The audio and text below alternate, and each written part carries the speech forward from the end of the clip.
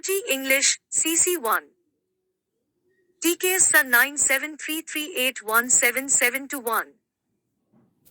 Module 1. The beginning of English literature and language. Give an account of Old English heroic poetry.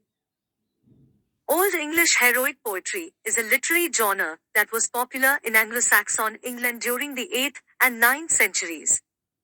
This poetry typically depicts the deeds of heroic figures, such as kings and warriors, and often features themes of bravery, loyalty, and honor.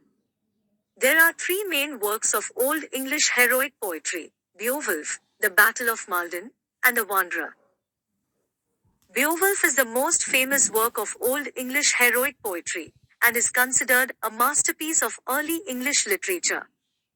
The poem tells the story of a hero named Beowulf, who travels to Denmark to fight the monster Grendel and his mother. The poem is notable for its use of alliteration and kennings, poetic devices that create rhythm and imagery. The Battle of Maldon is another work of Old English heroic poetry that tells the story of a battle between English and Viking forces. The poem is notable for its depiction of the heroic English soldiers, who fight bravely against overwhelming odds.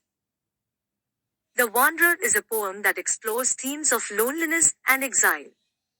The poem tells the story of a warrior who has lost his lord and comrades, and must wander alone through a desolate landscape. Old English heroic poetry reflects the values and ideals of Anglo-Saxon culture.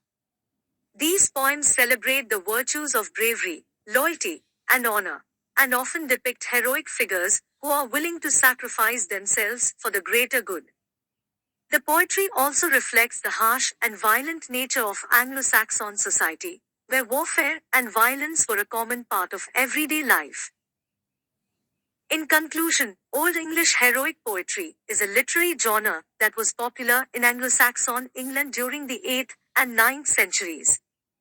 The genre is characterized by its depiction of heroic figures and its celebration of virtues such as bravery, loyalty, and honor.